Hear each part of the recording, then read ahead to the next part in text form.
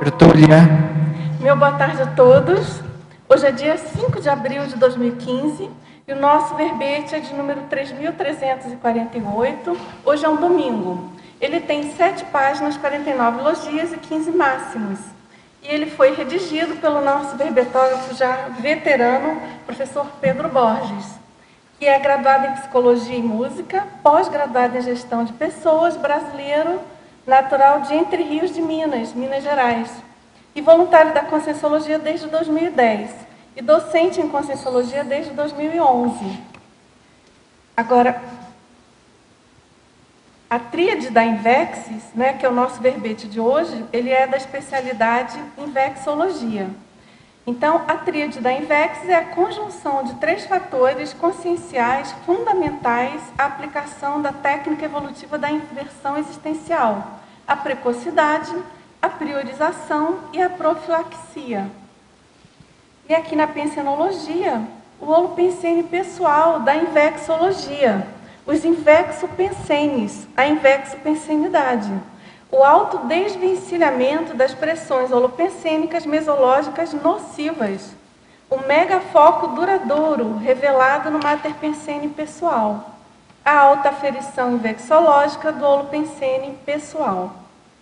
E aqui na fatologia, a tríplice convergência invexológica, a confluência trifatorial necessária à aplicação da Invexis, as intuições singulares quanto às potencialidades pessoais, a alta aferição pelo invexograma, possibilitando a análise das precocidades pessoais mediante os referenciais invexológicos. O ato de levar direito às demandas proéxicas, o corte visceral às posturas antissomáticas, a listagem profilática dos mataburros da Invexis, a síntese pessoal das antecipações necessárias ao entendimento e aplicação da Invexis. E aqui na parafatologia, os cursos intermissivos predisponentes à aplicação da Invexis, o despertamento parapsíquico precoce, a raridade das retrocognições juvenis sadias, o amparo de função desde a juventude, a vivência de fenômenos parapsíquicos enquanto possíveis facilitadores do posicionamento invexológico, a atuação silenciosa favorecendo a limpeza energética de pessoas e ambientes, as metas parapsíquicas interassistenciais da projetabilidade, epicentrismo, desperticidade e semiconsciencialidade. Agora, aqui na argumentologia, nós destacamos, então, algumas listagens, né? Na verdade, são eixos, conforme colocado pelo verbetógrafo, com 30 exemplos de polarizações conscienciais, justamente agrupados mediante a tríade da Invexis. Então, tem a questão da precocidade, a prioridade e a profilaxia, que são os fatores, né, componentes aí da tríade da Invexis. Agora, na remissologia, nós destacamos a antidispersão invexológica, o autoexclusivismo inversivo, a cultura invexológica, o maxi-planejamento invexológico e a recim invexológica. Agora, aqui na frase enfática, a tríade da Invexis subsidia a auditoria quanto aos efeitos evolutivos das antecipações sadias, em termos de produtividade, liberdade e otimização do maxi-planejamento invexológico pessoal. E na questionologia, você, leitor ou leitora, já se autoavaliou mediante os elementos da tríade da Invexis? Quais resultados aferiu na própria manifestação? E aqui na bibliografia específica nós temos 4 fontes, depois na webgrafia nós temos 11 fontes bibliográficas. Agora a gente tem a mega-análise feita pela equipe da Enciclosapiens, que são professoras Ana Maria Rocha, Marilene Raganin e Socorro Frazão. Então, vamos lá. Terceto, trinômio, inversivo, inversão técnica. Evolução, maturidade, antecipação, precocidade, priorização. Profilaxia, confluência, companhias, convergência, parapsiquismo. Intermissiologia, megafocologia, despertologia, proexologia, invexologia. Agora, professor Pedro, muito bom ver você aqui novamente. Eu queria, então, que você contasse para a gente da sua motivação para escrever esse verbete. Como é que foi a ideia dessa tríade? Para escrever aqui o verbete, propor essa abordagem, né? Que é bem interessante, realmente, essas três categorias, né? Esses três fatores. Bem, boa tarde a todos. Primeiramente, queria agradecer aqui a equipe da Tertúlia, da Enciclosapiens, os amigos aí que estão presentes também no debate. Então, a motivação pessoal, na verdade, aqui eu estou colocando a tríade seria um trinômio, como você mesmo comentou, 3 fatores que eu considero essenciais dentro da aplicação da Invex. Então, é bom comentar que é uma listagem pessoal, né? Na forma que eu vejo a inversão existencial. Eu, estudando esse assunto dentro da especialidade da invexologia, eu cheguei a uma síntese pessoal do que eu considero esses 3 fatores como fundamentais, né? Mas nada impede que outras pessoas também possam ver que, de repente, um outro fator que não está aqui, ele também, para mim, é mais essencial e tudo. Mas aí eu agrupei esses 3 como sendo uma espécie de síntese pessoal do meu entendimento da Invex, em termos também como tem ali algumas áreas da vida, alguns eixos ali, do que seriam as condições que o inversor deveria ou poderia estar se aproveitando mais ou utilizando-se mais dentro dos benefícios da aplicação da Invex, né? Então, muitas vezes as pessoas chegam jovens, querem aplicar a técnica e ficam muito focadas apenas no processo das evitações da Invex, né? E quando a gente vê que tem níveis de profundidade dentro disso, dentro da aplicação da Invex, e que, chegando nesses objetivos, vamos dizer assim, magnos, a gente consegue se autoavaliar perante isso e fazer justamente o sinergismo, a convergência da própria vida para esses objetivos. Então, esses 3 fatores aqui, no caso, a precocidade, que seria a parte de antecipação cronológica. A precocidade, inclusive, ela é considerada a unidade de medida da Invex, né? Que o inversor chega mais cedo, a questão cronológica tem muita relação com a precocidade. A priorização seria esse aspecto de também não só ter antecipação, mas colocar isso em ação, né? Não adianta a pessoa chegar aqui, às vezes, aquela promessa, aquela pessoa, chegou tão jovem, tem tantos talentos, mas aí o que ela está fazendo com isso, né? Como ela está priorizando todos esses potenciais, os aportes que ela recebeu na vida. E a profilaxia seria justamente um dos itens essenciais, porque a versão existencial começa a se aplicar desde a juventude. E na juventude há a condição mais intensa do porão consciencial.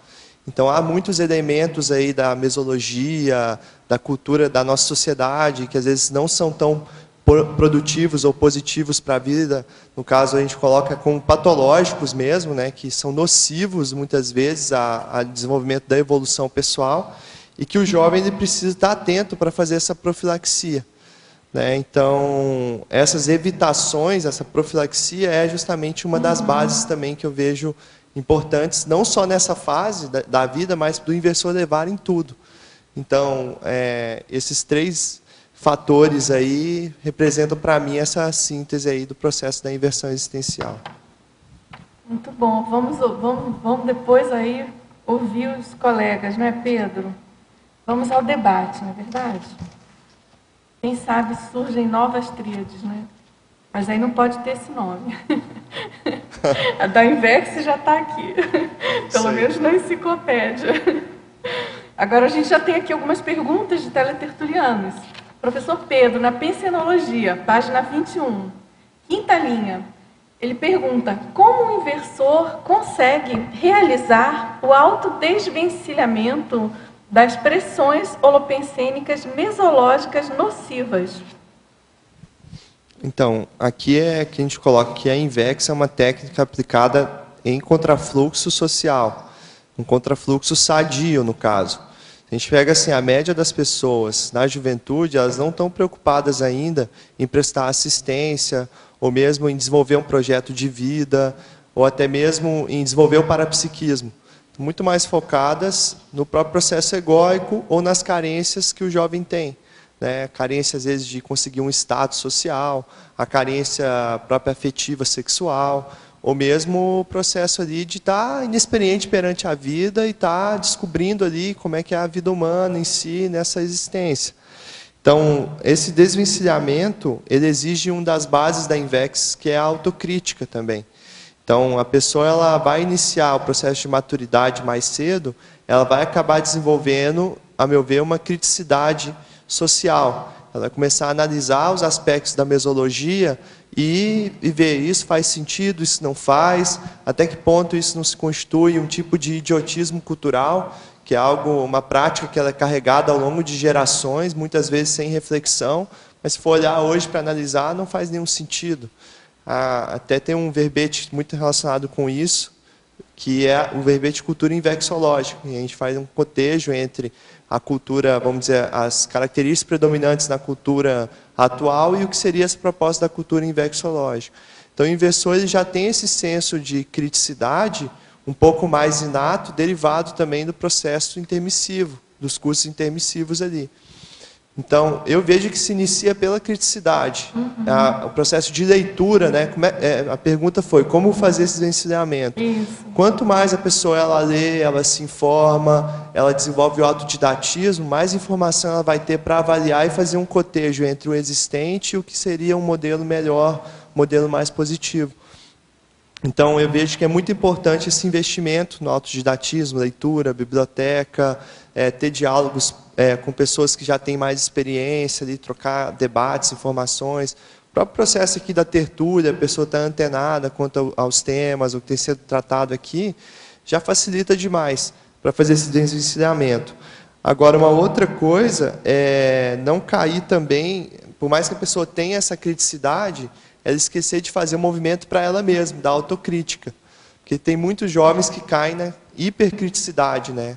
Ah, tá tudo externo, não está legal, aí fica criticando, isso está errado, só aponta o dedo, mas para si mesma a pessoa não se analisa, né?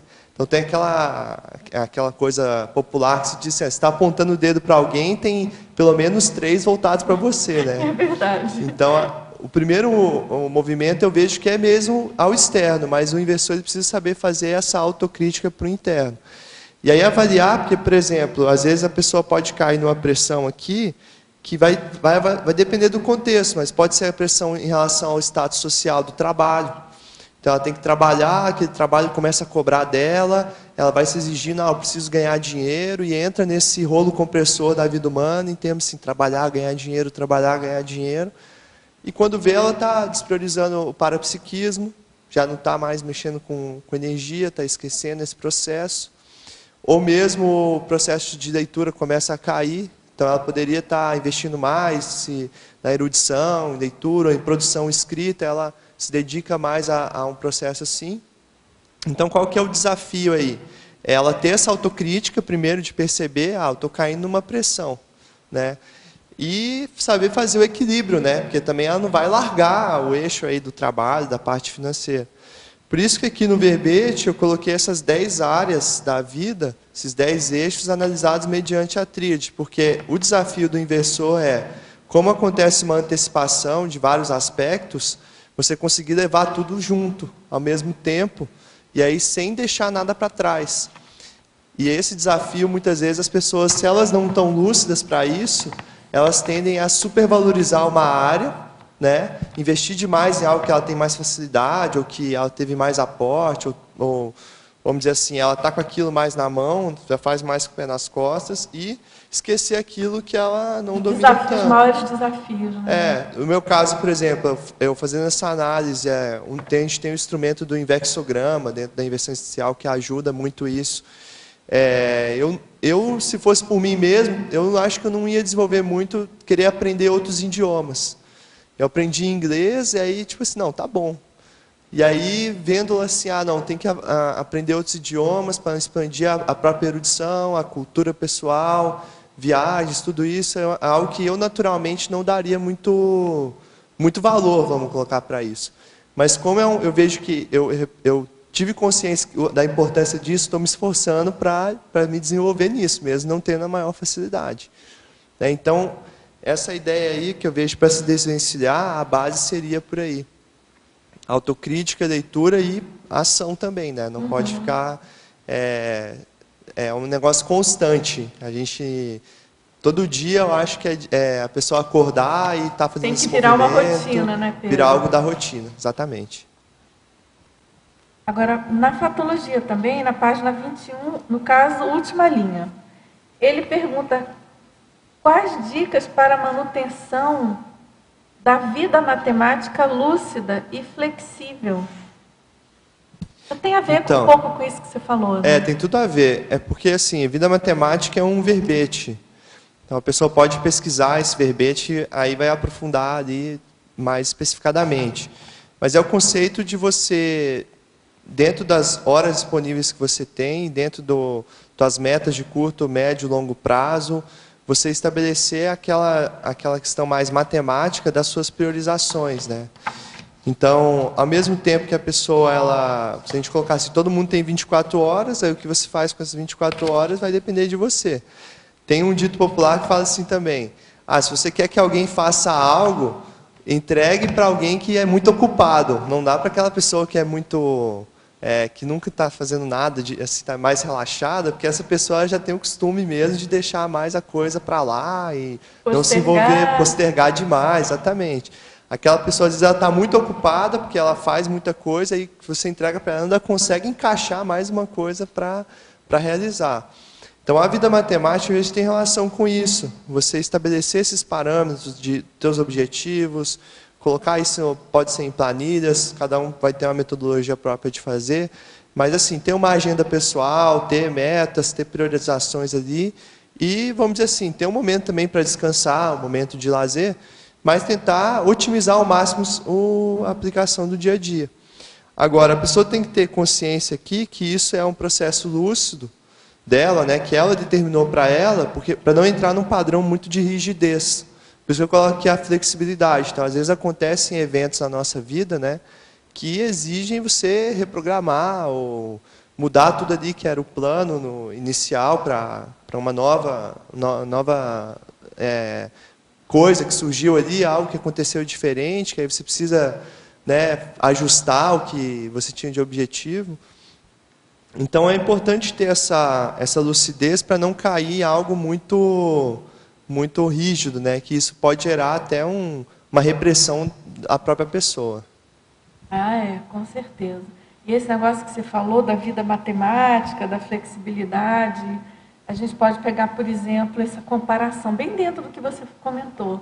A pessoa que tem um emprego com horário fixo, emprego tradicional, por exemplo, de 8 horas, enfim, que se ela mora numa cidade grande, no mínimo são 11 horas da vida ali, regulados por um emprego uma coisa rígida, né, fixa. E aí a outra pessoa que não, que é autônoma, que não tem essa rigidez, mas exige muito mais auto-organização, né?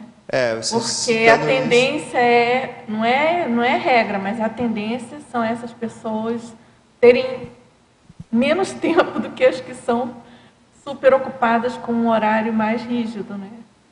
Porque aquilo já vai se moldando a uma agenda já mais organizada. Exatamente. Eu vejo assim, a autonomia ela tem muita relação com liberdade, né, aparentemente, mas toda liberdade vai te exigir mais responsabilidade.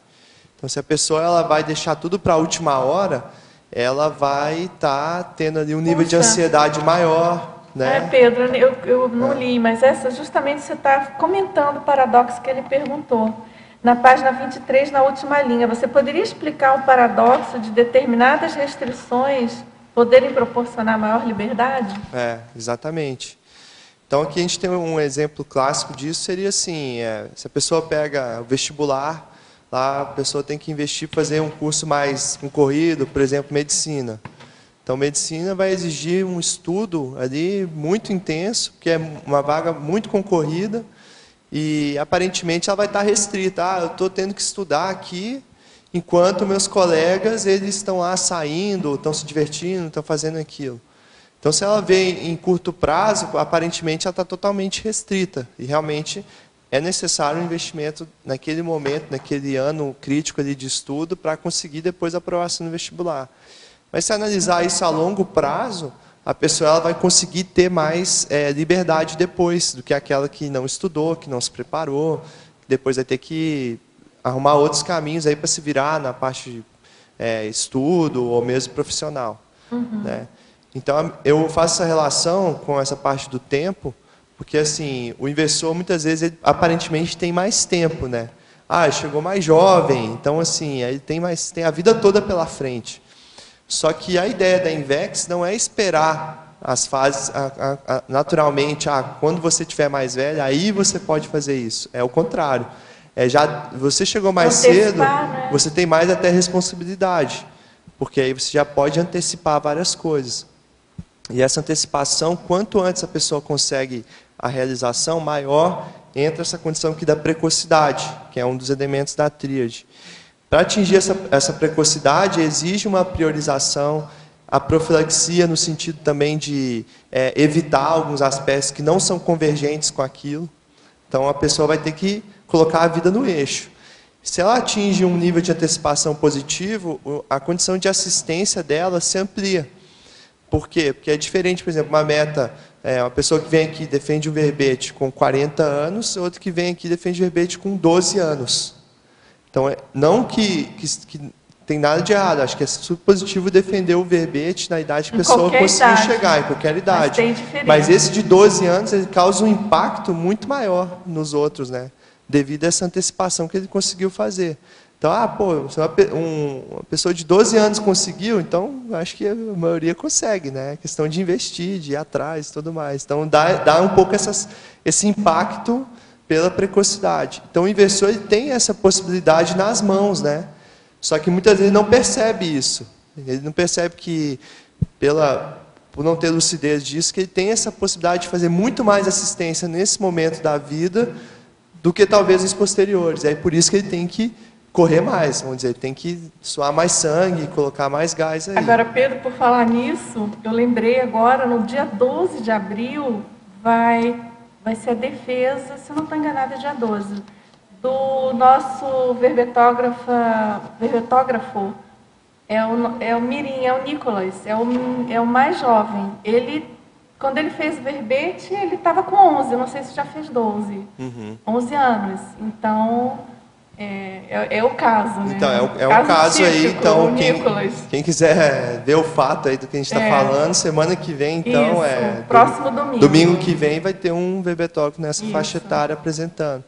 Então, acho que é muito positivo isso, não assim de gerar nenhum tipo de culpa nas pessoas, mas de gerar uma sensação de aprendizado mútuo, de evolução mútua, né? Então, o investidor tem essa possibilidade aí nas mãos, né? Essa coisa do impacto, né? É bem sério. Isso.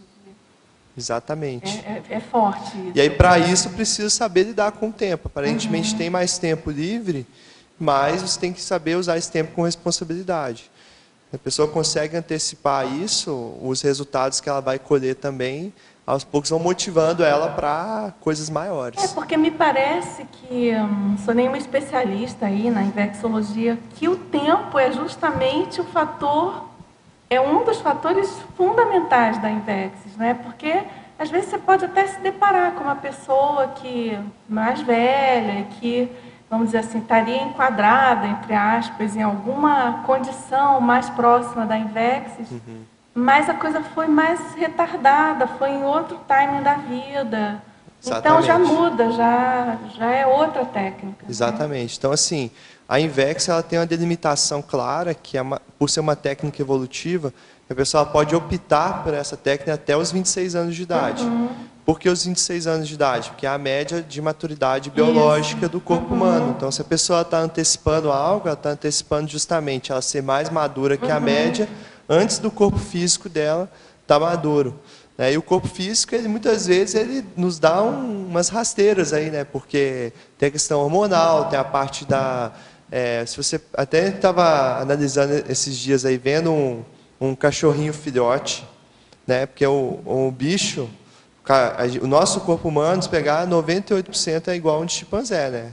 Em termos genéticos. É mínima a diferença. Daí você olha um cachorrinho filhote, ele não para quieto. O corpo dele, ele parece que ele é ligado na tomada 24 horas, não para, ele corre, vai para lá, para cá. Esses dias também eu saí no parque lá em Curitiba com um pessoal lá do IPC, do voluntariado. Daí tinha uma menina de 9 anos. Aí eu fui, não sei porque, eu fui apostar corrida com ela. Mas a menina me deu um banho. Ela saía correndo na velocidade assim 10 vezes maior que a minha, porque tem essa intensidade maior, até energética mesmo, do soma mais novo. Então, assim, essa parte, o investidor tem que saber dominar essa questão mais somática, instintiva, acalmar. Por isso que a gente fala, muito importante aplicar a técnica da imobilidade física vídeo, para conseguir dominar o corpo para pensar melhor, né? Para conseguir chegar nesse processo de autocrítica que a gente falou aqui antes e tudo. E mesmo dentro da INVEX, esse fator cronológico é que a gente está olhando assim, a INVEX dentro da Conscienciologia. São as pessoas que optaram antes dos 26 anos. Dentro desse grupo de inversores também vão ter níveis de inversores de acordo com as antecipações. Então, até no verbete que eu coloquei isso aqui, depois ali dos eixos, sobre os perfis de inversores, né? Então, assim, a análise tem aqui, ó, mediante a inversometrologia, a análise cronêmica dos elementos da tríade da INVEX estabelece variáveis relevantes para a aferição de padrões predominantes nos perfis inversológicos. Então, às vezes, um inversor que ele antecipou mais um desses eixos aqui, isso vai estar mais presente no perfil dele, devido à antecipação que ele conseguiu fazer. Então, ele é um inversor com uma característica que predomina de uma área específica que ele conseguiu antecipar mais.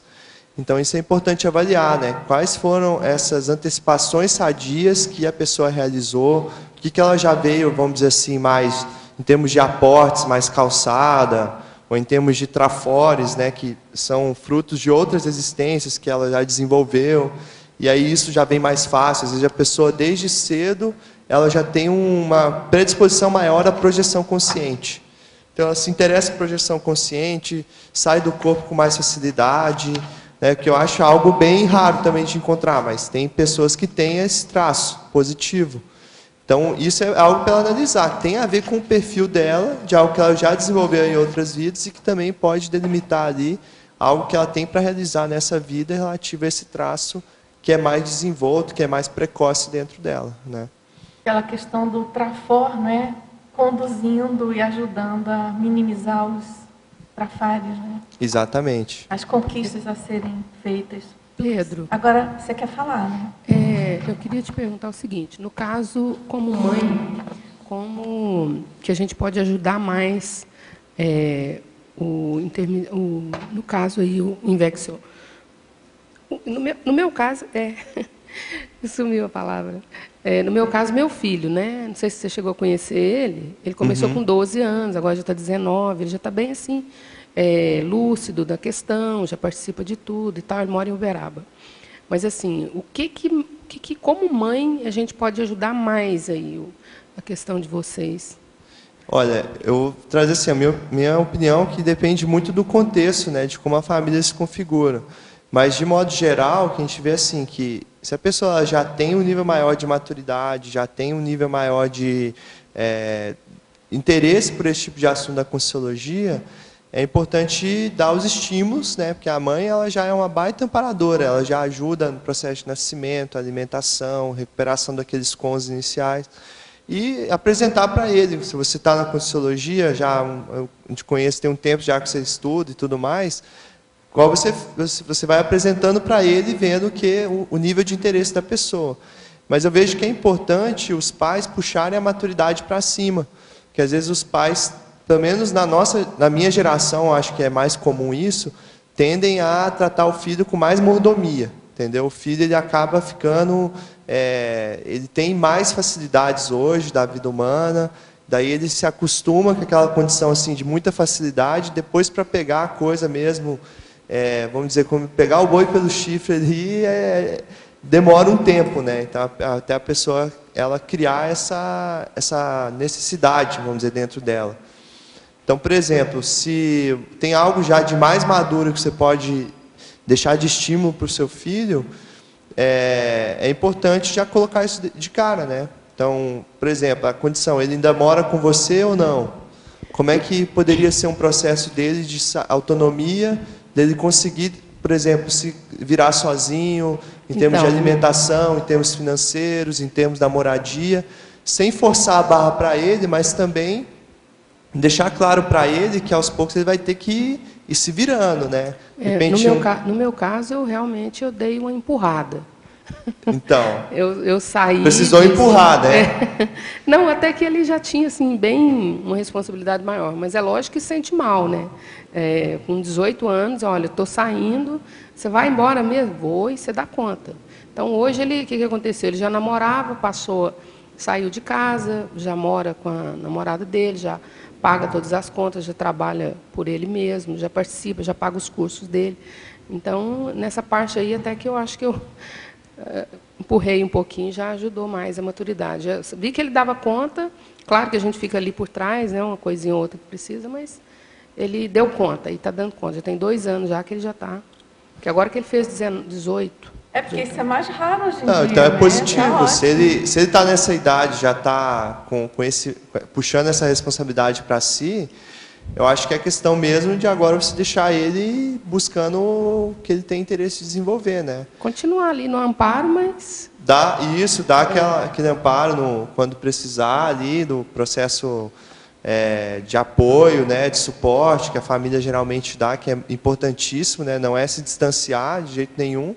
E, assim, eu vejo que, não sei se alguém quer contribuir com um outro ponto de vista, mas também, às vezes, os pais, por estarem na Conscienciologia, também não podem ter uma expectativa muito grande em relação ao filho. Tipo assim, meu filho é intermissivista, ele vai aplicar INVEX, ele vai isso, vai aquilo outro.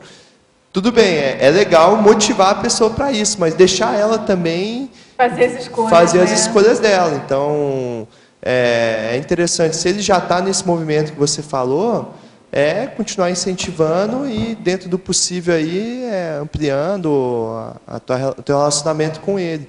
E você focar no teu processo de ProEx, que aí você começa a dar exemplo maior para ele também, né? Tu escrevendo um livro, um verbete, dando aula, ele vai te ver como exemplo nesses aspectos também, né? E inclusive, nessa questão aí que você falou de gente ficar com aquela expectativa, aí quando eu percebi ali a lucidez dele, a autoridade moral que ele impunha até em cima de mim com aquilo, eu fiquei toda eufórica, né? A gente fica... Aquele orgulho de mãe. Né? O orgulho de mãe, a palavra certa é essa. Mas, ao mesmo tempo, ele mesmo me chamou a atenção. Deixa eu ir no meu tempo. Eu achei fantástico. Eu não vou no seu tempo, eu vou no meu. Então, ali caiu a ficha. Então, há sempre assim, um respeito muito grande com ele com relação a isso. Mas, quando eu vejo que tem alguma coisa ali, eu falo, mas eu sempre vou ponderando mesmo. Tá certo. Positivo, legal. Eu falo isso, assim, no meu caso, contando um pouco da minha história, assim, quando eu saí de casa a primeira vez, daí comecei a juntar um dinheirinho assim, meu pai me ajudava e tudo. A primeira coisa que eu juntei dinheiro e comprei foi a máquina de lavar. Daí a minha mãe ficou assim, não, mas não compra a máquina de lavar, traga as roupas para a gente lavar aqui na casa, não sei o quê. Eu falei, não, mas deixa que eu vou me virando aqui e tudo.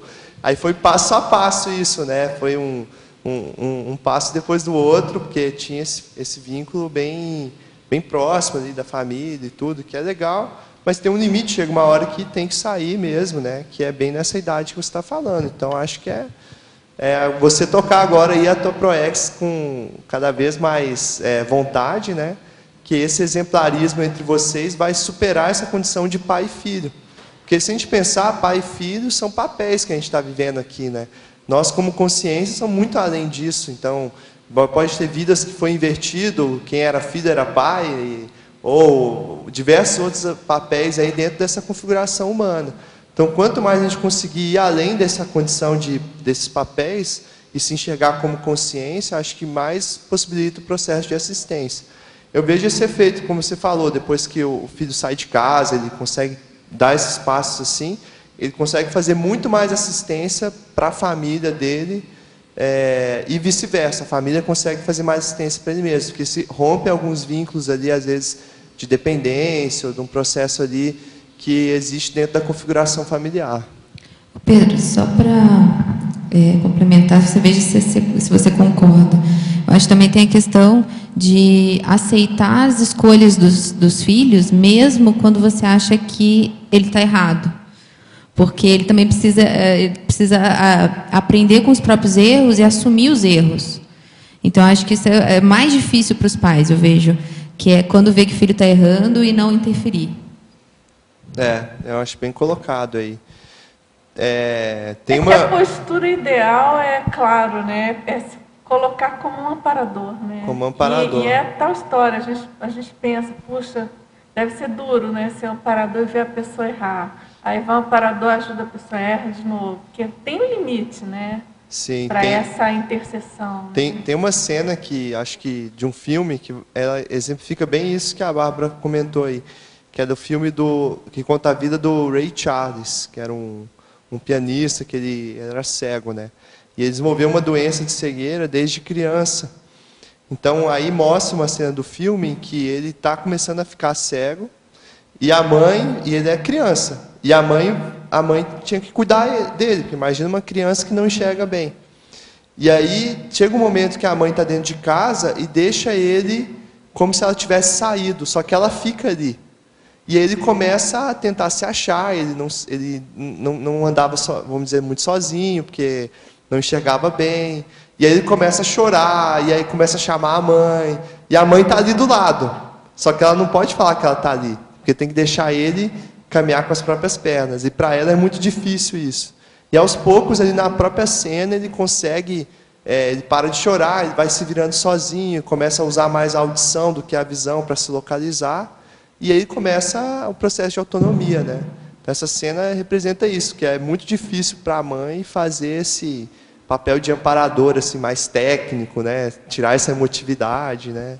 Aí tanto que ela começa a chorar, cai em lágrimas de ver o filho fazendo isso e tudo. Então, é um desafio aí dessa configuração familiar. Isso que você colocou, porque eu tenho 2 filhos. O mais velho é 10 anos mais velho que o outro. E o mais velho é mais criança do que o Júnior. Então, eu tive que trabalhar muito esse lado. Então, por exemplo, hoje, o meu filho mais velho já tem 28, e agora que eu estou conseguindo conversar com ele com mais maturidade consciencial. E sendo que o Júnior não. Então, eu tinha ali uma dificuldade, ao mesmo tempo, um laboratório, né, para mim, trabalhar com os dois, que eu, de qualquer forma, os dois tinham que crescer de qualquer jeito, ser mais independente, porque eu já tinha uma proex aí, eu já sabia disso, e eu tinha que deixar os dois mais calçado possível para mim seguir meu caminho, né?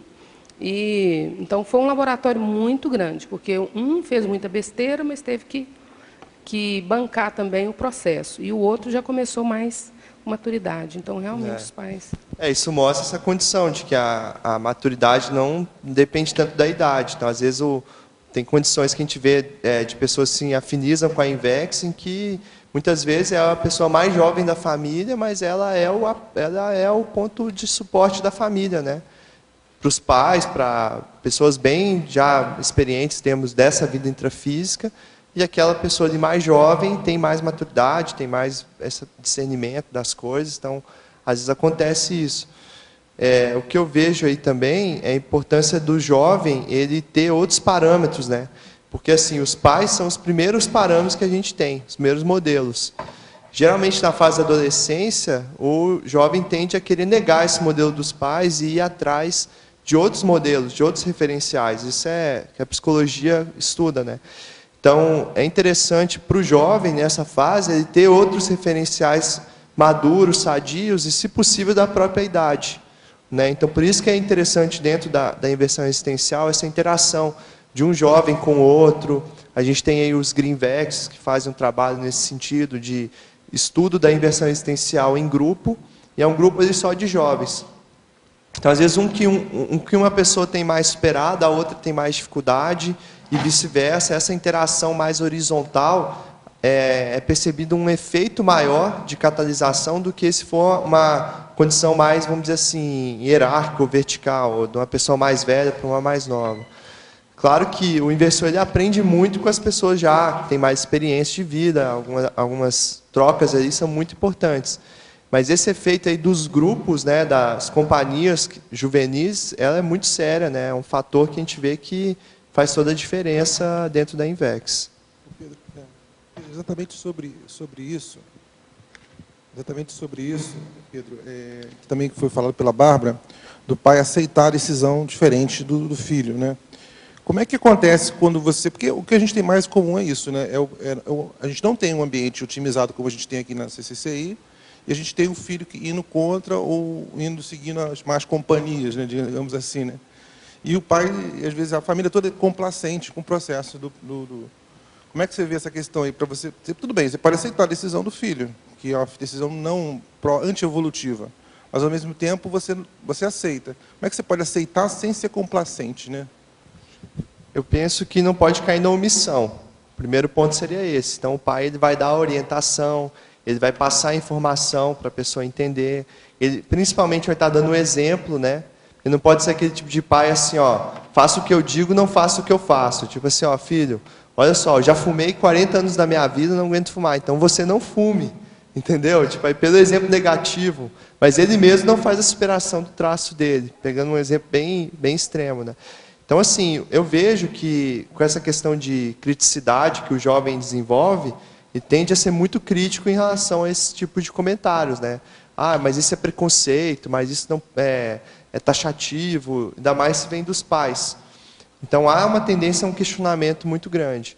Eu vejo assim, tem duas possibilidades. A primeira é você tentar dar esse escopo de informação necessário e se...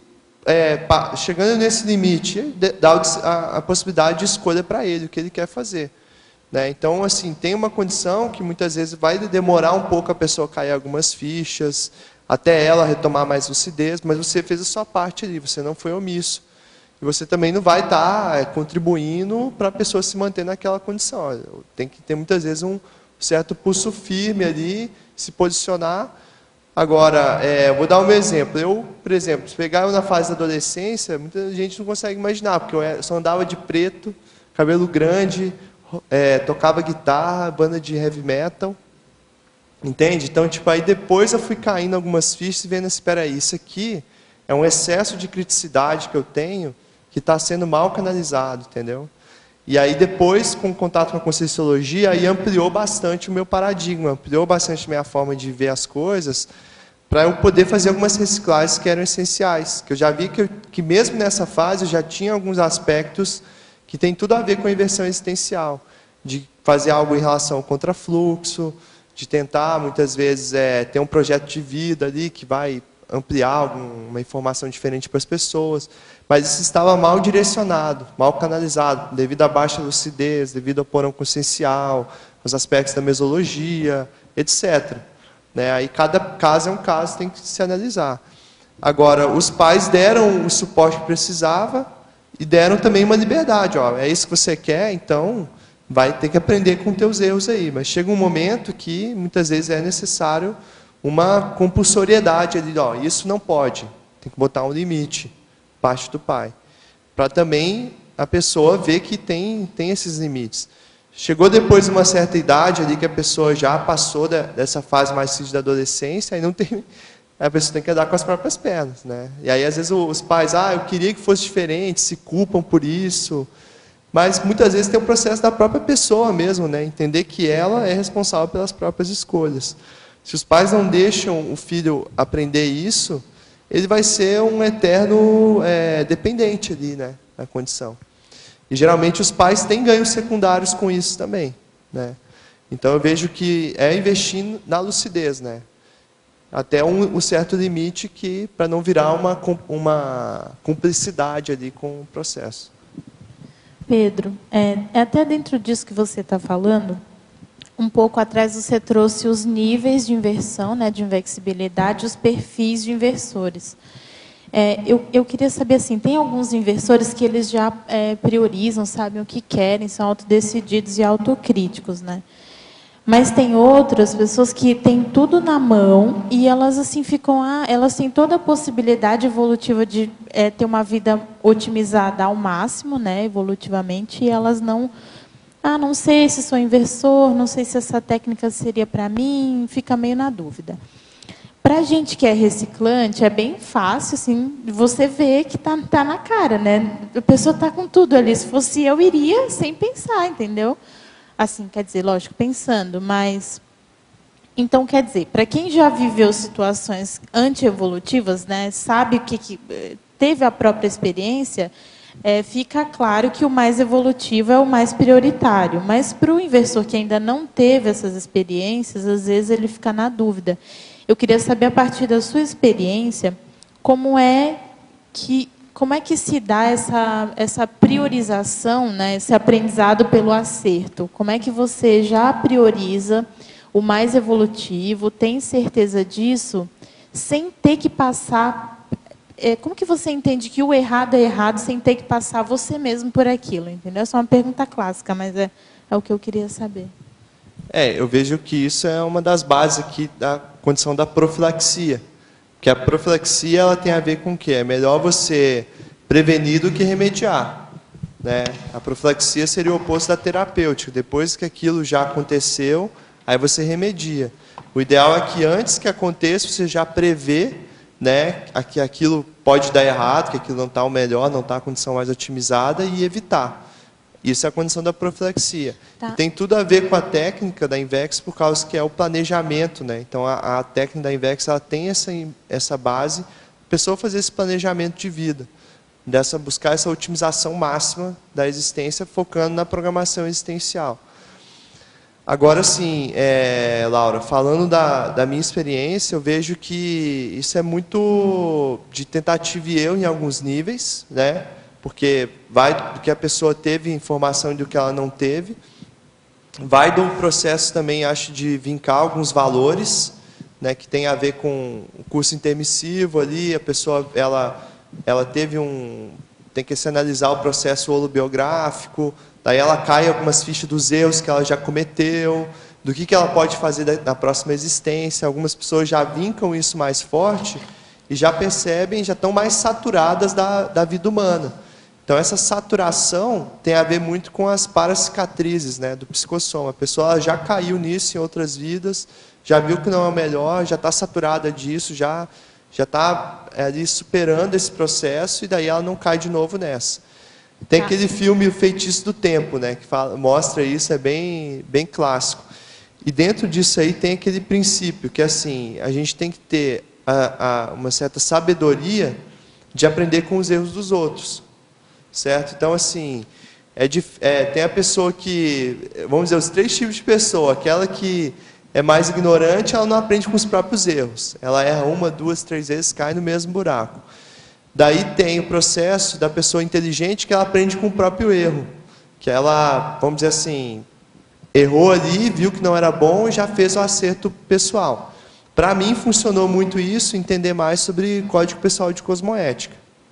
Então, você começa a analisar os seus erros, começa a ver, essas autocorrupções não condizem mais com a forma como eu penso hoje. A partir do momento que você definiu o que é autocorrupção, daí corta aquilo de vez. Você tem que saber fazer esse corte visceral, vamos dizer assim, dessas imaturidades. E aí vai ter que lidar com posturas novas. Então, muitas vezes aí que a pessoa ela tende a ter crises de maturidade e querer remeter ao processo antigo dela. E aí, junto com esse processo de cosmoética pessoal, ela vai intensificando aprender com os erros dos outros. Que aí seria o que as pessoas chamam assim, a pessoa sábia, ela aprende com o outro. Então, ela observa a pessoa fazendo o anti-exemplarismo, vamos dizer, e ela já vê que aquilo não é positivo, já vê os efeitos e ela mesma não faz. Tá. Eu tenho uma última pergunta, então. Você falou que era crítico, né? Hipercrítico, não sei, nos anos antes de conhecer a conscienciologia. E, diante dessa criticidade e dos exemplos que a gente tem, né, os maus exemplos, assim, digamos, os referenciais, o que mais tem na vida humana é referencial do que não fazer, né? E muitos pais também são incoerentes. Então, eu quero saber assim, como que a pessoa hipercrítica, né, a pessoa muito crítica, ela pode conviver com esses exemplos sem cair na rebeldia, sabe? De querer dar o contra nesses exemplos, de querer fazer justiça dando outros exemplos errados, entendeu? Coisas assim. Aí é o processo que, para mim, foi um ponto de viragem, que é entender mais sobre a inteligência evolutiva. A inteligência evolutiva é você usar os seus atributos positivos para catalisar a sua evolução e dos demais ao teu redor. Usar isso também, os aportes que você recebeu, toda a condição que existe hoje, para estar sempre buscando um aprimoramento. Vamos dizer assim, Laura, tem um conceito dentro da Conscienciologia, de um verbete, que chama répito tácito, que é o exemplarismo silencioso que a pessoa pode fazer. Então, no caso, se você vê algo que você não concorda, que não é o mais ideal, não é o mais positivo, você buscar qual que seria o exemplarismo cosmoético disso, o exemplarismo evolutivo. E você buscar se tornar esse exemplo. Então, também tem uma frase comum que o pessoal usa, que é assim, seja a mudança que você quer para o mundo. Né? Então, a pessoa ela começa através desse exemplarismo, aparentemente ela pode sentir assim, mas isso não dá o mesmo efeito do que eu sair gritando e sair fazendo protesto e expondo para todo mundo esse lado negativo. Mas ele tem um efeito sutil que a longo prazo ele é muito maior. Então, às vezes as pessoas elas não percebem esse diferencial, mas para quem está ao redor de você, vai começar a perceber. Então, isso eu acho que muita gente já deve ter chegado para você, que eu conheço, você tem um tempo, muitas reciclagens você já fez, e que vê assim, nossa, como é que você está diferente? De um ano para cá, você está outra pessoa, tá? Nossa, muito mais solta, uma pessoa muito mais... que se reciclou vários aspectos positivos. Isso gera uma motivação na pessoa, às vezes, se abrir com você, falar das dificuldades dela... falar um pouco, por exemplo, às vezes ela nem vai te falar, mas ela vai perceber isso e vai se motivar a fazer também. Então, esse exemplarismo, eu vejo que é a base da TARES. Quando a gente fala em TARES, dentro do conceito de TARES está a ideia de exemplarismo. Porque não é só esclarecer verbalmente, a pessoa tem que ter a vivência. Ela tendo a vivência, aquele esclarecimento verbal, ele vai com energia. E às vezes pode ser um esclarecimento até silencioso. E aí, pelas conquistas que a pessoa tem, ela acaba movendo um monte de gente ao redor dela. Então, por isso que eu vejo dentro do... Independente se a pessoa é inversora, reciclante, ela dá atenção aqui nessa coluna aqui do eixo de priorização. Né? O que ela está priorizando, que através dessa priorização, desse suar sangue nessa priorização, ela vai estar sendo exemplo para... um grupo aí que está também procurando evoluir, né? Porque às vezes tem gente que não está nem aí com nada, daí você quer ajudar aquela pessoa, mas se ela mesma não quer, não tem o que fazer. Então vejo que seria por aí. Ô Pedro. Oi. Pedro. Eu quero. Ô Pedro, eu gostaria de saber, eu acredito que Você ligou o microfone para cima. Ok. Eu acredito que cada inversor ele caminha de acordo com a sua maturidade, não é isso? Acho que o papel da gente como reciclante e o papel daquele como pai é saber mais sobre as técnicas e a tecnologia envolvida na inversão. Eu queria que você comentasse para mim, no detalhismo, na página 22, em tecnologia, a técnica evolutiva da inversão existencial e a técnica da aura peniana auxiliando na holopecene sexomática.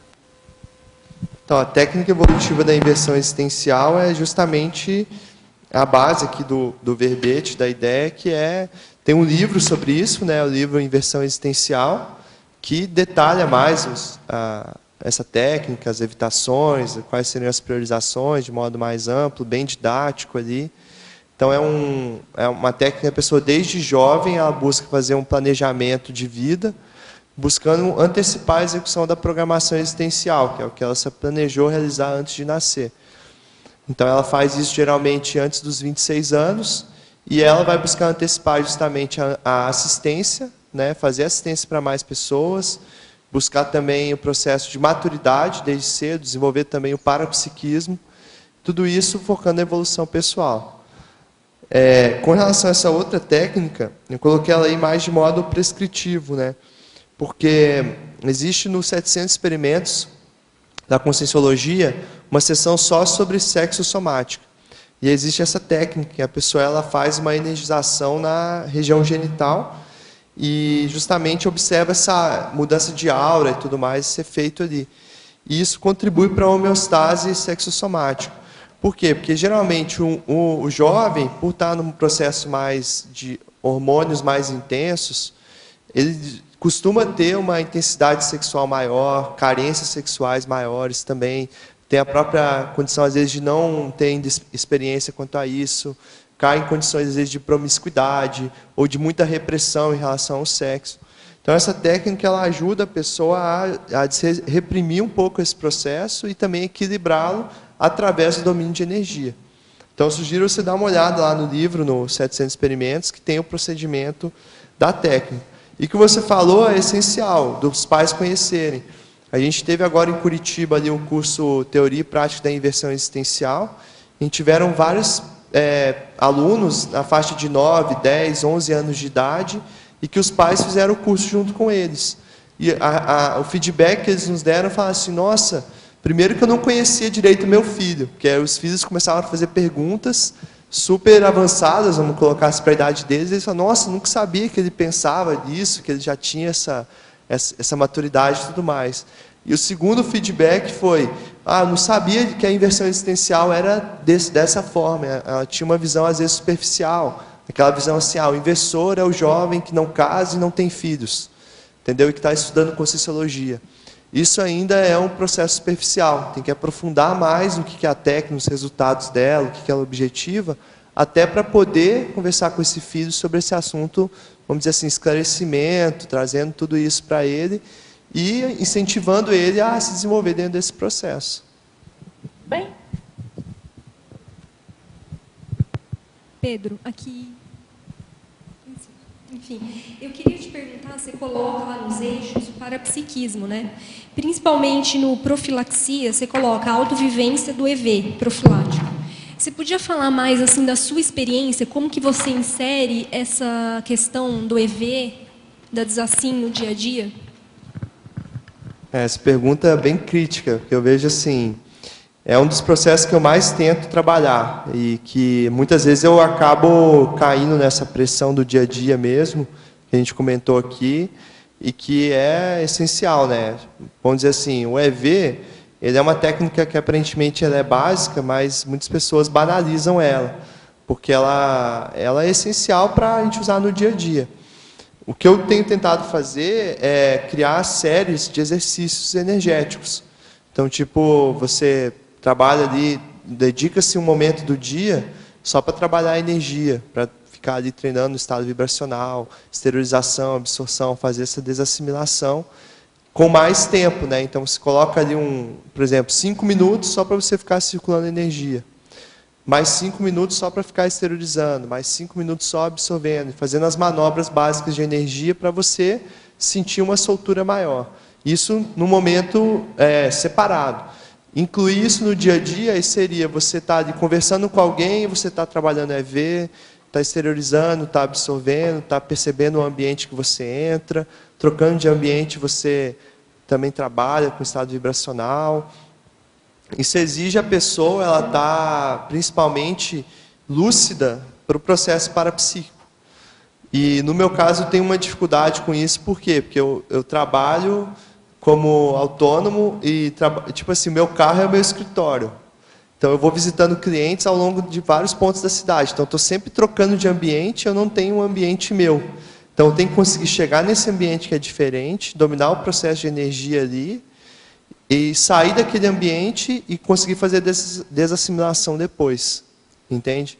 Então exige assim, você ter uma rotina que ela tem algumas brechas de horário para você conseguir fazer isso. Porque se você for engatilhando uma coisa logo depois da outra, daí você acaba esquecendo o processo energético e focando mais na tarefa, né? Outra coisa interessante é esses trabalhos aí da da Ectolab, né, que eles estão desenvolvendo de mensurar o estado vibracional e tudo. Até recentemente eu vi uns materiais deles mostrando o efeito do EV no equilíbrio do corpo energético, diminuição dos radicais livres. Então, a pessoa, quando ela vê esses resultados, acho que isso motiva mais ainda. Com né? certeza. Estava na frente? Vai você. Pedro, na página 22, na fatologia, na primeira linha, você fala os trafores, interesses e manifestações do porão consciencial enquanto indício seriexológico. Você pode aprofundar um pouco isso?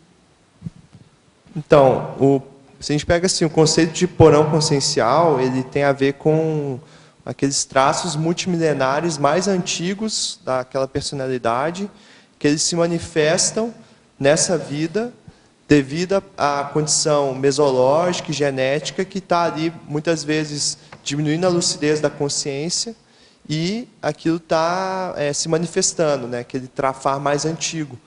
Então, geralmente, um traço de porão consciencial, ele não é aquele trafar que você teve, por exemplo, na vida anterior. É um trafar de vidas muito mais antigas. Então, a pessoa pode pegar como é que foi o nível do porão consciencial dela para avaliar o processo seriaxológico dela. Minha dúvida é porque botar aqui está trafores e não trafares. Deixa eu ver trafores, aqui. Interesses e manifestações do porão consciencial.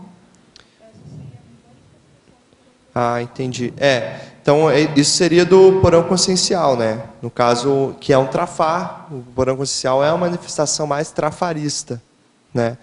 Agora, a pessoa também não vai só analisar o lado trafarista, ela também vai analisar os interesses que ela tem. São neutros? Vamos dizer, desde criança a pessoa gosta, sei lá, de livros. Outra, no meu caso, por exemplo, desde criança eu me envolvi muito com, eu analisando hoje, com capoeira. Parece uma coisa boba, eu gostava, fazia capoeira, fiz várias aulas de capoeira durante vários anos da vida. Por que eu fui me interessar para esse tipo de esporte específico, desse grupo, né? Qual que é a raiz retrobiográfica disso? E a mesma coisa os trafores, né? Porque a gente não tem nenhum talento sem esforço. Então, a pessoa já vem com uma predisposição maior para um certo tipo de habilidade, ela tem que avaliar se isso já foi desenvolvido em outras vidas, em qual contexto, como foi. Agora, o verbetógrafo. Patologia, página 21, terceira linha. Você poderia explicar a interseção entre inteligência evolutiva precoce e o teste de QI, como foi apresentado no artigo citado, na webgrafia específica? Página 26, que é o adolescente britânica tem QI maior que Einstein, Neil Gates e Hawkins. Ah, sim. Então, aqui são coisas que eu vejo que são bem diferentes, né? Não necessariamente a pessoa que tem um alto QI indica-se que ela tem uma inteligência evolutiva precoce, né? O QI, ele mede muito o raciocínio lógico, ele é um teste que tem um certo viés, que é interessante, é um aspecto a ser mensurado dentro da potencialidade humana, vamos colocar assim. Eu coloquei aqui vários casos de superdotação justamente para chamar a atenção dessa condição da precocidade. Não necessariamente as pessoas que estão aqui aplicam a INVEX, ou elas têm já esse nível de lucidez com relação ao parapsiquismo. Algumas condições, até em algum momento do verbete eu coloco assim, a parte da genialidade não indicar que a pessoa tem maturidade. Então, às vezes a gente tem exemplo de pessoas que marcaram a humanidade, que foram gênios, né?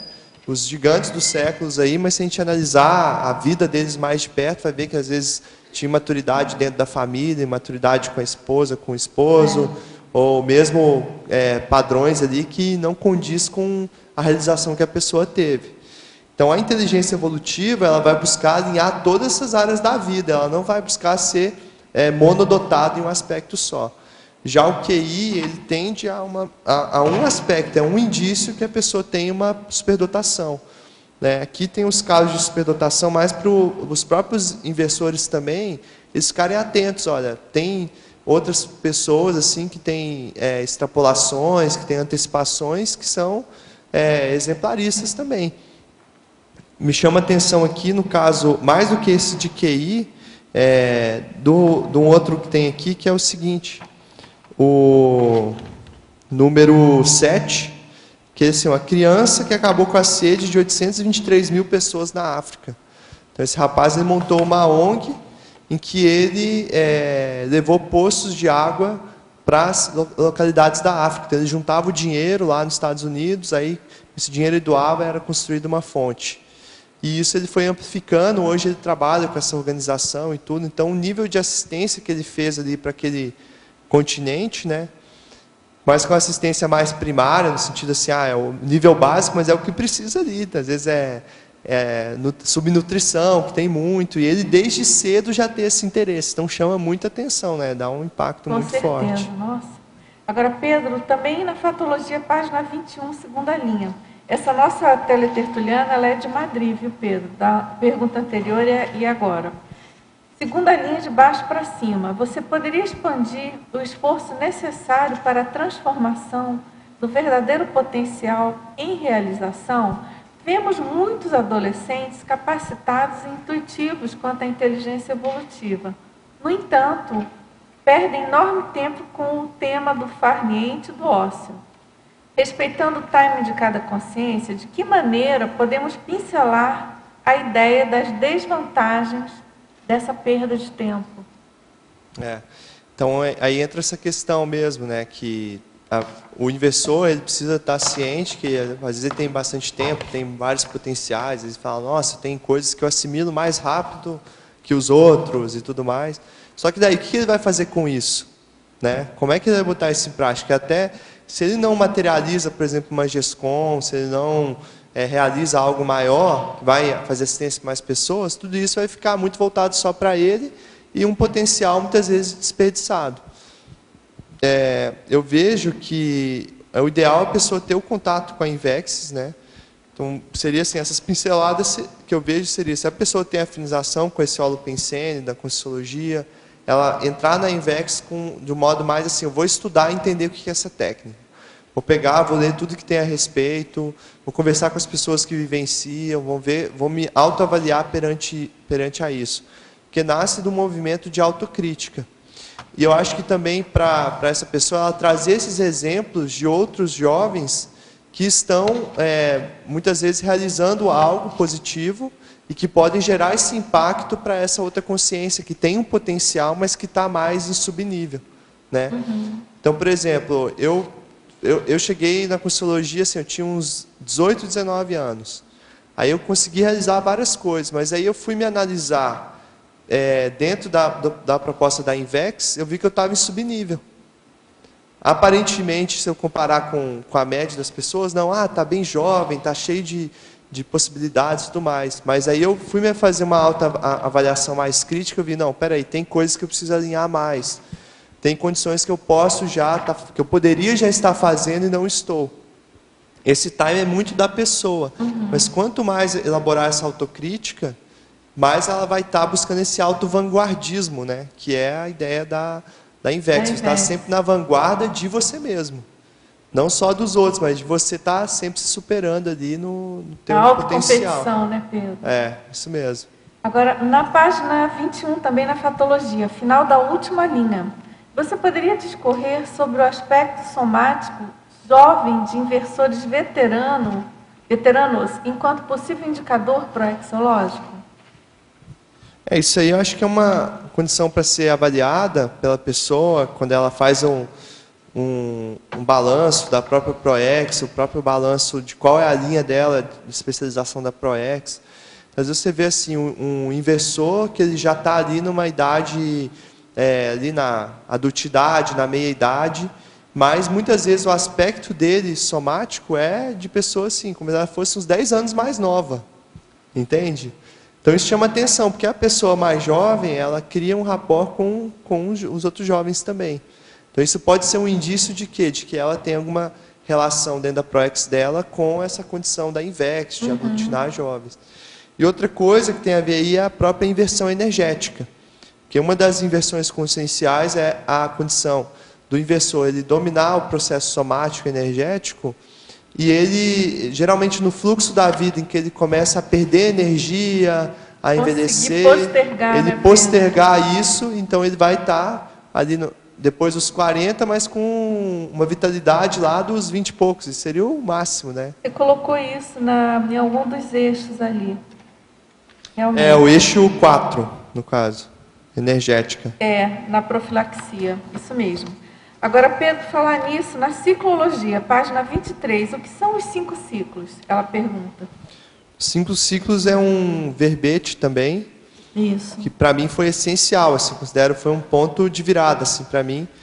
Porque o pessoal elaborou um curso em cima desse verbete, em que ajudava a gente a fazer um planejamento de vida pensando nesses 5 ciclos. Então, esses 5 ciclos, eles podem ser usados para a pessoa se organizar e ver em qual ciclo ela está e qual seria o próximo ciclo quais ações ela precisa fazer para entrar no próximo ciclo. Então, seria o primeiro, o curso intermissivo. Então, a pessoa, ela assumir que ela é intermissivista, ressomou, está aqui realizando uma ProEx e tudo mais. Daí seria o primeiro ciclo. Depois, a TENEPS, o epicentrismo, desperticidade e complexes. Né? Então, ela se avaliar em qual desses ciclos ela se encontra e o que ela precisa fazer para atingir o próximo ciclo. E pensando no planejamento mais de longo prazo, já pensar nos ciclos posteriores. Né? Então, isso dinamiza muito essa questão da evolução, de não estar de pernas para o ar, aí, esperando a coisa acontecer. Né? Agora, na paradoxologia, Pedro, página 23, segunda linha. Gostaria que aprofundasse o paradoxo da genialidade não necessariamente implicar em maturidade consciencial. Já comentou um pouco? Já comentei aqui dos casos de QI, às vezes a gente vê gente que ganhou o prêmio Nobel, descobriu uma mega realização, mas aí vê a vida da pessoa, não consegue nem conviver bem com a família. Cada rombo enorme, né? Vê uns rombos na vida. Então, isso assim, o inversor é interessante estudar a biografia de pessoas que fizeram grandes realizações, até para gerar uma motivação, uma inspiração, aprender com os erros e acertos. E aí você consegue ver pessoas que são grandes ícones aí da história, mas que tiveram imaturidades, né? Então, não é, como se diz, uma coisa não é necessariamente ligada à outra. Porque senão a gente tende a idolatrar a pessoa, aquela pessoa sabe tudo, né? E não é por aí, né? Tem que saber ver o processo da imaturidade, fazer a crítica e apreciar, admirar os traços positivos. Admiração, discordância, no caso, né? Exatamente. Agora aqui, na fatologia, página 22 agora. Você poderia esclarecer sobre o corte visceral, as posturas antissomáticas? Então, o corte visceral das posturas antissomáticas é justamente o entendimento dessa condição de profilaxia e da importância que a pessoa está dando para a própria programação existencial. Então, por exemplo, se você pensa, eu estou aqui, fiz um curso intermissivo, teve um investimento em mim, eu também investi para estar aqui. Né? Toda essa energia, o esforço, o aprendizado, o processo de ressomar, de aprender a andar, a fazer todas as necessidades básicas e tudo mais, você está aqui agora com um monte de gente, podendo fazer um monte de coisa. E aí a pessoa vira assim, não, mas eu ainda gosto de andar de moto. Daí ela não pensa que, às vezes, andar de moto traz um risco para a ProEx dela muito sério. Porque na moto, o para-choque é o motociclista, né? Não, às vezes a pessoa pode pilotar super bem, mas quem está ali dirigindo no trânsito, você não sabe. Pode um esbarrão ali, ou mesmo uma deformação na estrada, a pessoa pode ter um acidente e dessomar. Ou ter um acidente ali que vai ficar paraplégico, e isso vai inviabilizar um monte de outras coisas. Então, a moto é um exemplo. Sair de carro acelerando demais. São exemplos de postura antissomáticas. Pode ser o processo de uma alimentação desregulada, aquela pessoa que entra no processo de perder muito peso, fica muito preocupada com o próprio corpo, e aí acaba entrando em uma alimentação desregulada. Hábitos negativos como fumo, álcool. Então, por isso que a Invex ela faz um corte nisso tudo. E muitas vezes, quando o inversor é jovem, se posiciona quanto a isso, o pessoal vai cair em cima dele, né? Você é careta, você não é da turma aqui, né? Mas por que você não faz isso? Por que você não aproveita um pouquinho? Se a pessoa não tiver isso bem claro, ela acaba cedendo às pressões externas, né? Pedro. Oi, você pode falar da mitologia, a quebra do mito do inversor perfeito? Então, é porque às vezes as pessoas que não fazem esse aprofundamento da INVEX tendem a idolatrar a figura do inversor. Ah, a pessoa tão bacana, chegou jovem, está ali, tem uma admiração grande e coloca quase no pedestal demais, né? Tem que ver que o inversor, às vezes, ele precisa também de um certo esbregue, uma certa condição de vamos lá, vamos trabalhar, vamos produzir. Você já tem aí, sei lá, a idade que for, mas já tem condição de render um pouco mais, né? Então, se a gente pega assim, até o exemplo desse caso do curso que a gente deu lá agora, né? O pessoal de 9, 10, 11 anos, se a gente idolatrar eles, tratar eles, não, está tudo bem. Vai estragar tudo. Vai estragar. E aí, assim, a ideia é que esses mais pré-adolescentes já estão a fim de ficar com os adultos, já querem ter mais maturidade. Então, você tem que incentivar isso dentro deles. Colocar algum desafio, alguma coisa que eles ainda não têm, para eles irem atrás. Se a pessoa fica só idolatrando, só elogiando, daí isso não acontece, né? Porque a condição e pode só até não estagnar. é tão sério. É claro, é importantíssimo, mas o mais importante é o que a pessoa produz, né? Por isso que eu vejo desse trinômio ele ter uma razão de ser assim, no sentido da pessoa ter a precocidade. No caso, ela tem a precocidade. Ela está jovem, está mais lúcida e tudo mais. Tem a profilaxia. Às vezes não caiu nessas coisas que a gente considera os mataburros, até na Sinvex tem uma lista de traços lá dos mataburros da inversão existencial. Mas tem que ter a prioridade. Mas daí, que essa pessoa veio aqui, o que ela vai fazer, o que ela já está botando em prática. Então tem que ter esses três aspectos bem equilibrados aí. Ainda dentro disso, Pedro, em mitologia mesmo, você coloca a eliminação do mito do inversor existencial sem max planejamento invexológico. A gente vê que muita gente, às vezes, chega jovem na conscienciologia e, por não ter tido filho, ou pela questão da idade, por não ter tido casamento, fala que é inversor, né? Então, assim, o que realmente caracteriza o inversor? Você coloca aqui a questão do max planejamento invexológico, mas poderia estar algumas outras características realmente da aplicação da técnica? Então, ali eu coloco como um mito, mas no seguinte sentido, que se é uma técnica, a gente tem alguns parâmetros, né?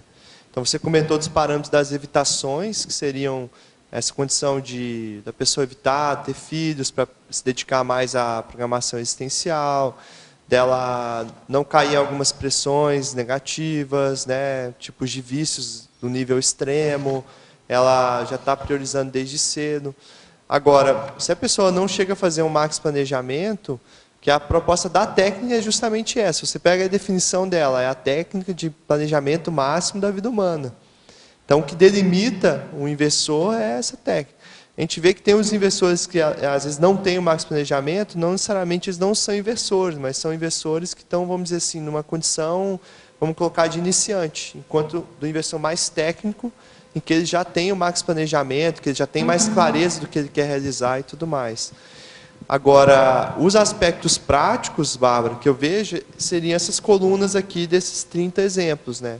Aqui tem 30 aqui que a gente pode considerar que tudo isso aqui tem a ver com coisas que o inversor deveria priorizar. Não só o inversor, a meu ver, mas também toda pessoa interessada na evolução, os reciclantes também terem essas priorizações. Eu vejo que, basicamente, as priorizações são bem semelhantes. O que difere é o contexto entre a aplicação da INVEX e a aplicação da RESEX. Mas, Pedro, eu te perguntei isso pelo seguinte, esse que você trouxe essa abordagem que você trouxe no começo, da priorização da ProEx, tá? Eu vejo que seria realmente o start, né? Aquilo que o inicial. Vou chegar, vou aplicar essa técnica, o meu interesse é esse. Mas e depois, né? Porque não dá para ficar só nisso. Ou, não sei, enfim, o que você acha? Porque a abordagem qual que é no tempo, né? Que eu estou falando, da aplicação da técnica durante o tempo, e não simplesmente falar, não, tudo bem, eu estou priorizando a ProEx, mas como eu estou fazendo isso? O que eu vejo assim, eu não sei se entendi muito bem essa pergunta, mas para a pessoa identificar essa condição da ProEx, para até elaborar esse max planejamento, existem várias técnicas. Uma delas, que é muito importante, é a pessoa identificar qual que seria a singularidade dela, em termos de programação existencial, de especialidade que ela quer desenvolver. Isso, assim, vai delimitar, por exemplo, os processos que ela vai colocar nesse max planejamento. Tem até um verbete recente que é sobre isso, identificação da singularidade interassistencial, que ajuda bastante a pessoa a definir isso. A partir desse mega foco, ela vai colocar ali as outras priorizações para ela atingir, por exemplo, uma mega GESCOM através disso. Para chegar numa mega GESCOM, ela vai ter que ter outras GESCOMs antes. Então, livros, artigos, verbetes, para ela chegar nessa mega GESCOM. Então, eu acho que o processo de botar em prática tem muito a ver com esse processo da mega GESCOM e da busca também de atingir a desperticidade, né? Então, na prática, o inversor ele tem ali um caminho que seria um exemplo assim, uma linha reta. Ele está buscando a retilinearidade pensênica e também existencial para conseguir cumprir a PROEX e acaba como resultado ele vai ter a condição da desperticidade, da evolução pessoal, do maior nível de assistência. Não sei se eu respondi a tua pergunta, por aí. Tudo bem? Vamos lá, você quer perguntar? Com relação a isso que ela falou, como que ela chama? Bárbara. Bárbara. Com relação a isso que você falou, vou dar minha opinião enquanto inversor. Eu acho que aí entra a questão da cronêmica. Por exemplo, o inversor que está começando agora, você é inversor. Com certeza vai haver um tempo, né, para ele calçar tudo isso, ver como que vai ser. Resolver morar fora, por exemplo, não vai ser de imediato. Ou max planejamento. Ele vai ter um tempo para engolir isso, né, para saber o que é estudar a técnica. Mas eu acho que o que difere aí é o seguinte, aquele cara que já está há 5 anos como inversor e ainda não fez, aí já tem alguma coisa errada. É bem por aí mesmo, né? Por isso que é importante essa autoaferição, a pessoa... Por exemplo, o invexograma ajuda muito nisso, porque ele tem as faixas etárias, né? Então a pessoa consegue se ver ali, fazer um balanço de como que ela está. E o próprio max planejamento também, né? Tem essa coisa do time, não tem? Exatamente, o time é essencial. Fundamental, é. Agora, Pedro, a gente tem várias perguntas ainda, não sei se alguém aqui... você, vamos lá. Pedro, parabéns pelo verbete, aqui está muito bem feito, tá?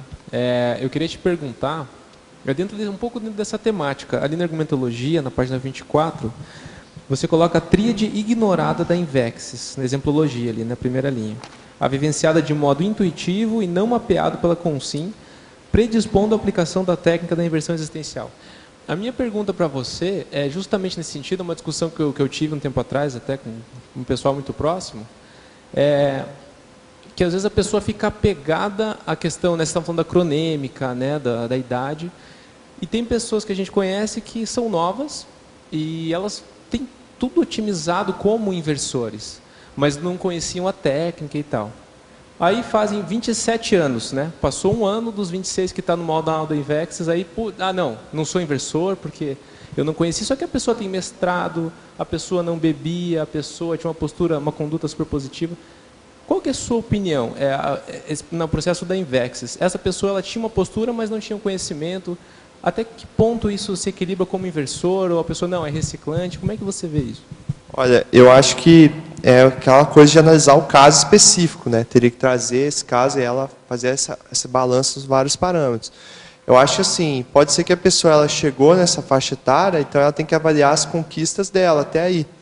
Porque muitas vezes ela pode ter conquista que está totalmente alinhada com a Invex, só que ela não tinha toda a visão mais ampla. E se, dependendo, ela ainda estava fazendo a Invex no nível intuitivo.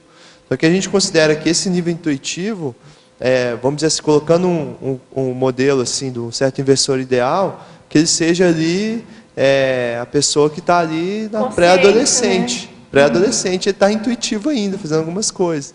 Então, depois que ela vai tendo contato com a técnica, é um pouco do que o Jabas falou ali, ela vai trazendo novas questões. Então, se ela chegou com 27 anos, igual você comentou, e tem um processo aí, ela vai ter que analisar as conquistas dela mediante em quais dos níveis de inversão existencial ela se localiza mais. Se ela vê que as conquistas dela estão convergentes com o processo já de uma Invex um pouco mais próxima do iniciante ou até mesmo do técnico, eu acho que ela já poderia, já quer dizer, ela estava aplicando, mas não estava ela estava ignorando alguns aspectos mais técnicos. Agora, eu acho muito difícil esse tipo de caso, porque na maioria das vezes a pessoa acaba vendo que alguma coisa ela deixou para trás mesmo que era importante. Por isso que tem que pegar o caso específico e avaliar. Porque essa idade não é uma coisa assim taxativa, a gente coloca que é uma média, né? Porque a média do amadurecimento. Aí tem que avaliar o que a pessoa realmente antecipou em relação ao amadurecimento somático, que é convergente com a INVEX, né? Aí, nesse caso, Eduardo, eu acho que tem que realmente fazer uma análise bem específica aí, a pessoa responder o inversograma, avaliar tudo, para ela chegar a essa própria conclusão. É difícil alguém de fora falar, você é inversor, então você é reciclante. A gente vê que é muito da própria pessoa fazer esse balanço, né? Legal. Eu tenho uma pergunta. Eu ia pedir uma outra coisa, mas se quiser... Pedro, eu queria que você comentasse aqui na Fatologia, página 22, sobre a participação receptiva, contributiva e retributiva no GreenVex. Como que, se você pudesse exemplificar, falar um pouco sobre isso. Então, eu penso assim, a pessoa que participa no GreenVex, ela pode ter níveis também de profundidade dentro disso. O GreenVex é um grupo de investidores existenciais que faz pesquisa sobre a técnica. Então, quem chega, que é um investidor ali intuitivo, nesse caso que a gente comentou, ele não sabe nem o que é INVEX ainda. Aí ele quer chegar no grupo para quê? Para aprender. Eu sempre ouço falar de INVEX, as pessoas falam que eu sou investidor, mas eu mesmo nunca fui atrás, deixa eu conversar com quem entende de INVEX que esse grupo está pesquisando, para ver se eu aprendo o que é a técnica de fato. Daí ali no grupo ela vai tendo contato, ela está numa condição mais de assistido do que de assistente, ela está aprendendo o que é a técnica e tudo mais. Chega um momento em que ela já assimilou o que é a técnica, ela já assumiu a aplicação, ela já começa a fazer pesquisa, ela já está ali num processo até mais mudando esse ciclo de poder receber outras pessoas e, vamos dizer assim, acolhê-las, passar esse mesmo processo que ela passou para os outros, como é que foi a aplicação da INVEX, essa pessoa jejuna que está chegando, ela poder orientar e tudo mais. E o outro nível mais retributivo seriam as pessoas que já participaram dos GreenVex, que já tiveram algum benefício com isso, que tem relação com essa proposta, eles pensarem assim, em termos de que eu posso deixar de alguma GESCOM, sabe? Ou algum procedimento dentro do GreenVex, alguma proposta de oficina, alguma coisa, que isso vai estar funcionando sem eu estar ali, né? Outras pessoas vão chegar ali, vão estar se aproveitando dessas condições ali, uma espécie de uma GESCOM que a pessoa vai deixar, retribuindo o que ela aprendeu no grupo. Tudo bem? Agora, ao verbetógrafo. Ontem conversei com uma prima do meu companheiro que veio na minha casa e apresenta traços fortes de inversora. Tem 19 anos, super inteligente, está fazendo curso de História. Apresentei e emprestei a ela o livro Inversão Existencial e conversei sobre a existência da conscienciologia. Pensei, se ela for realmente inversora, ela vai se identificar com o livro? Como poderia estar fazendo atares sem causar estupro evolutivo? Eu acho que está perfeito aí a abordagem que a pessoa trouxe. Dar o livro é perfeito, né? Dá o livro e deixa a pessoa ler, vai acompanhando ela agora, né? Eu acho que até aí tá legal. Acho que deixa a pessoa um tempo agora e depois vai acompanhando, perguntando, e aí, o que você achou? Se puder apresentar ela para alguém que é inversor, aí dependendo, a gente não sabe a cidade que a pessoa está, né? Mas se tem... aqui no Paraná. Ela falou aqui de Francisco Beltrão, se não me engano. Então. Pertinho, né? Acho que ali, União da Vitória, a gente tem um núcleo do IPC que faz alguns cursos. O próprio Foz do Iguaçu ou Curitiba, a gente tem um grupo lá, né? Que dá para acolher essa pessoa e ela tendo interesse dar continuidade. Posso fazer um adendo, Pedro? Assim, eu só colocar uma opinião, que às vezes a pessoa... se ela não tiver afinidade com o livro é porque ela não tem curso intermissivo e não é intermissivista, e não é inversora. Então, essa conclusão está errada. Assim, eu falo por experiência minha, de pessoas que, próximas a mim, tiveram contato com o negócio, não tiveram afinidade, então essa pessoa não tem curso intermissivo. E essas pessoas, no final, me deixaram no chinelo, né, avançaram muito mais rápido que eu. Então, só para trazer, de repente a pessoa não vai gostar do livro, mas tem muito ainda pela frente. Tem a ver com o momento evolutivo da pessoa. Às vezes ela não liga naquele momento ali, mas está envolvida em algum processo.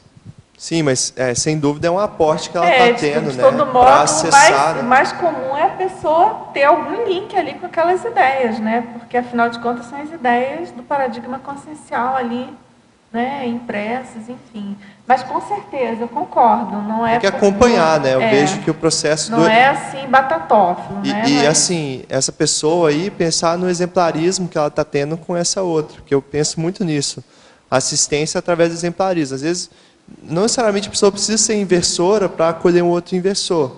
A gente vê que funciona melhor. Claro. Mas se é uma pessoa que é exemplarista, pode ser que ela vai ser aquela pessoa que vai marcar aquele jovem que tem toda essa aptidão, essa condição da INVEX, né? Tem um verbete sobre isso que é apetência invexológica. Acho que vale a pena a pessoa dar uma pesquisada aí, que é essa condição aí da pessoa ter essa predisposição ou não. Ô Pedro, só para complementar algo assim, é legal também isso que você trouxe, até para os próprios reciclantes, porque a INVEX, ela como técnica evolutiva, ajuda muitos reciclantes também a entenderem melhor o que é uma técnica evolutiva. E essa troca é muito rica. Então, eu sugiro até para quem aplica a técnica da RSEX, conheça melhor a técnica da INVEX. Com certeza. Porque essa troca ela é muito importante. E o inversor conhecer mais da RSEX também, né? Pedro, eu queria saber ali na página 21, se você poderia ampliar sobre o holopensene pessoal da inverxologia. Então, essa pergunta é muito boa, que eu vejo que é o seguinte, tem tudo a ver com o que a gente está debatendo aqui. A assistência ela acontece muito através da interação entre o holopensene de uma pessoa com a outra. O holopensene é o conjunto de pensamentos, sentimentos e energias. Esse conjunto pode ser de uma pessoa, pode ser de um objeto e pode ser de um local, um ambiente.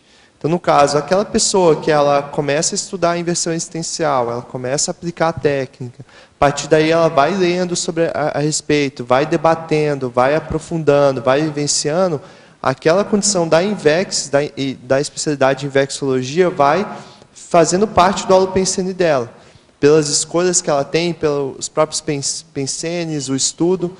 E isso, quando você interage com alguém, você está fazendo uma troca entre holopensenes.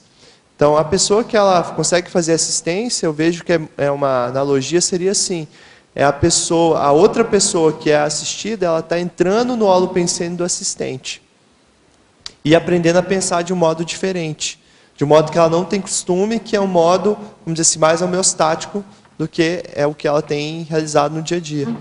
Então, se a pessoa atinge essa condição de holopensene pessoal da inverxologia, ela se torna um epicentro inverxológico. Onde ela vai, ela consegue aglutinar mais pessoas em relação a esse assunto, ela tem condição de auxiliar, de orientar e de fazer esse movimento evolutivo em torno desse tema. Agora, Pedro, na paradoxologia, página 23, primeira linha, você poderia comentar sobre o paradoxo da maturidade imberbe? A condição aqui, imberbe, significa sem barba, né? Então, a gente quer dizer que é a pessoa jovem, né? Não são só os homens, a gente tem mulheres também que estão jovens e bem maduras, né? Então, assim, a condição que é um paradoxo, por quê? Porque a gente associa muito a maturidade com a questão biológica. Então, você vê uma pessoa que está nos seus 15 anos, ter um nível de maturidade maior do que uma de 40, é um paradoxo, em termos intrafísicos. Totalmente, claro. Mas a gente vê que todo paradoxo, quando você aproxima ele, dependendo da forma como você analisa, ele deixa de ser um paradoxo, né? Então, se a gente analisa isso sobre a ótica do paradigma consciencial, ele deixa de ser um paradoxo, porque a gente está levando a condição da consciência sendo multimilenar. Então, dessas múltiplas vidas, ela foi acumulando experiências. Então, às vezes, aquela que nessa vida ela está com 15 anos, ela já tem uma bagagem maior e de mais maturidade que aquela que hoje, nessa vida, está convivendo com ela e está com 40 anos. É justamente a questão da aparente contradição, né? Multidimensionalmente não é tão assim. Isso, paradoxo é uma aparente contradição. Agora, Exatamente. Pedro também tem no outro paradoxo. Gostaria que exemplificasse o paradoxo de a alta capacidade não significar êxito. Isso a gente já comentou também naquela condição lá do potencial se transformar em realização. Então, às vezes a pessoa ela tem ali uma condição de uma habilidade que ela tem muito bem desenvolvida, uma capacidade muito boa, mas não necessariamente ela vai chegar no completismo, né? Então, eu mesmo, assim, vejo colegas que eu admiro muito, que têm traços assim, muito positivos, mas que, vamos dizer assim, eles não priorizaram, e eu achava que eles tinham capacidade muito maior que a minha, e, vamos dizer assim, eu continuei priorizando, e eles, vamos colocar assim, meio que ficaram para trás, foram fazer outras coisas, foram priorizar outras questões da vida deles. Então, eu acho que esse processo ele é muito importante, porque é a condição da determinação. A pessoa ela coloca um foco e vai determinando, ela consegue superar tudo, né? Então, é muito importante a gente pegar assim, que é aquela condição de 1% de talento ou de inspiração para 99% de transpiração, de determinação, de esforço para a pessoa conseguir chegar ao êxito. Isso tem a ver com essa próxima pergunta, né, Pedro? Sobre a evitação da síndrome do já ganhou proexológico. Perfeito. Está na sindromologia, É exatamente isso. Agora, professor Pedro, também em sindromologia, página 23, primeira linha, ela pede para você explicar a síndrome da ectopia afetiva.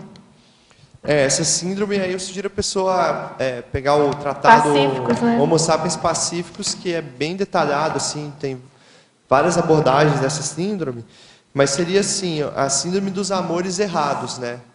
Que é a pessoa ela gosta muito de algo que é patológico. Então, tem aquele afeto deslocado, né? Eu posso considerar que eu tinha isso muito em relação à música, porque eu sou formado em música, então fiquei muito tempo imerso no ambiente da música, e para mim eu vivia em função disso e era a coisa que eu mais gostava de fazer. Mas se for ver, eu desviei muito do que eu poderia ter realizado, de dedicar isso que seria um micro-interesse como um interesse macro, né? Aquela coisa assim que você se dedica totalmente a isso. Assim, lógico que aí cada pessoa tem que avaliar um caso, existem níveis mais patológicos dessa síndrome, mas basicamente seria isso, a pessoa analisar o que ela gosta ainda, que ela tem aquela paixão pelo que é baratrosférico ou patológico. A música pode ser positiva, né? Mas no meu caso eu estava muito focado nisso e daí estava sendo uma espécie de ectopia, de desvio ali. Agora, Pedro, por falar nisso, sobre precocidade, página 25, item 3, autopesquisológica. Como estar atento a que os adolescentes, visivelmente com megatrafóides na habilidade de criação de objetos, designer, não façam dessa atividade forçosamente seu objetivo de vida?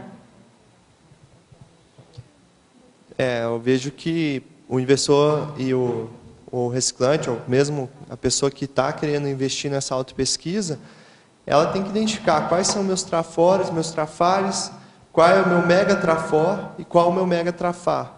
E a partir daí chegar numa síntese do mater pensandi dela, que é o diretriz da forma como ela pensa. Então, assim, nesse caso, ele tem que avaliar como que ela pode usar esse megatrafor da criação de novos objetos, de design de produtos, etc., de modo assistencial, né? Porque se a gente pensa assim, em termos de proex, né, ninguém veio aqui para realizar algo que não gosta, algo que você não sabe fazer. Então, você foi priorizar justamente um aspecto para realizar aquilo que você tem uma aptidão para conseguir botar em prática, né? A gente tem um exemplo assim, ó, aqui mesmo na CCI, todas as estruturas arquitetônicas, os objetos que tem aqui, eles precisaram ser pensados, estruturados, delineados e servem para a gente fazer muita assistência, né? Então, a pessoa pode trabalhar muito com a reurbanização dessa forma, né? Criando novos ambientes mais positivos e tudo. E a questão é a pessoa não ter apenas isso como objetivo final, né, Pedro? Exatamente. E pensar no macro, né? Agora, tem mais uma pergunta, dá tempo. Na parafatologia, página 22, final da terceira linha, você poderia relatar a raridade das retrocognições juvenis sadias? Você já obteve algumas experiências retrocognitivas na juventude? Olha, no meu caso eu não obtive esse tipo de retrocognição sadia, o que eu vejo é que, às vezes, sai na mídia alguns casos de crianças que lembram da vida passada, assim, muito jovem, e que é um tipo de precocidade. Só que é muito raro ser uma retrocognição positiva, que a pessoa ela, tipo, realmente fez pela vontade dela e que ela lembra de algo que vai alavancar a evolução dela, uma informação que vai trazer ela para frente. E, às vezes, o pessoal idolatra esse tipo de criança. Aí eu trago até aqui dentro do verbete a hipótese que, muitas vezes, pode ser um lastro do holochakra da vida anterior. Às vezes, a pessoa ela vem com aquela carga energética da vida anterior, e aí, quando ela ressoma, já novinha, ela lembra, por exemplo, quem que matou ela na outra vida, né? Tem até um caso desse que saiu recentemente. A pessoa lembrou exatamente como ela morreu, como é que foi. Então, muitas vezes, isso não é positivo. A pessoa não tem ainda um arcabouço de maturidade para lidar com isso. Então, eu vejo que é bem raro a pessoa ter, e se ela tem retrocognições desde jovem, ela tem que saber valorizar isso e usar isso a favor dela, que é uma mega informação. É um grande indicador, né? É um bom indicador. Aporte tanto. Um baita aporte, exatamente. Muito bem, pessoal. Pedro, nosso tempo esgotou. Eu agradeço muito, pessoal, a participação de vocês, tertulianos, teletertulianos. Professor Pedro, aguardamos os próximos. Você já tem mais títulos aprovados? Ainda não, mas já tem umas ideias aí para dar sequência. Então vamos em frente. Olha o time da Invexis. Pessoal, muito obrigado. Então vamos aos nossos anúncios estadísticos. Obrigado. As pontuações da tertúlia de hoje são 32 assinaturas no livro de presença, 13 perguntas presenciais e 21 perguntas respondidas online. Hoje nós temos 3 recados. A Bárbara com grupos volitativos, a Viviane com Acoplamentarium e a Alessandra com o 2º Encontro Internacional da Paz. Boa tarde a todos. Eu estou aqui para convidá-los para participarem do curso Grupos Volitativos Interassistenciais.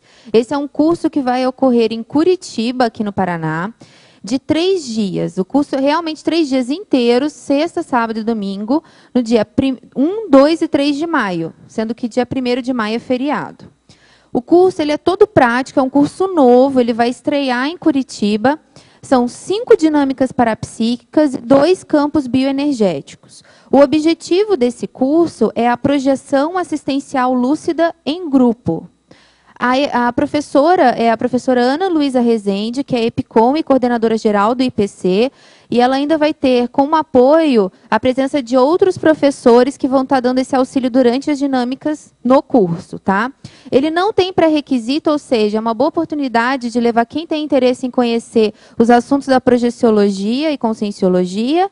E quem quiser mais contatos, entrar em contato para mais informações sobre o curso, podem entrar no site do IPC, www.ipc.org. Lá vocês vão encontrar todos os contatos do IPC Curitiba. Vocês também podem mandar um e-mail para curitiba@iipc.org ou no Facebook do IPC Curitiba. Tá? Muito obrigada. Boa tarde a todos.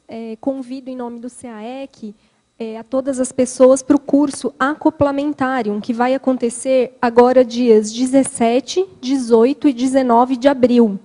Os EPICOM serão Flávio Buononato, Mabel Teles e Eliane Stedley. E eles vão trabalhar exatamente sobre o tema de temperamentologia, ou seja, estudar, avaliar a raiz do nosso temperamento.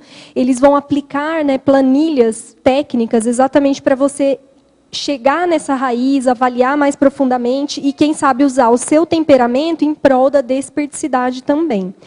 Se você tiver interesse, entre em contato aqui no CAEC. Telefone 45 3525 2652 ou no e-mail caec@caec.org. Obrigada.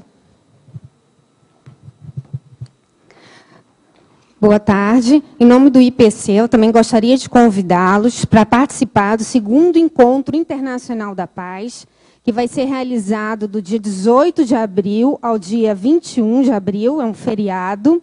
Vai ser realizado no campus IPC em Saquarema e serão debatidos vários assuntos relacionados à temática da pacificação.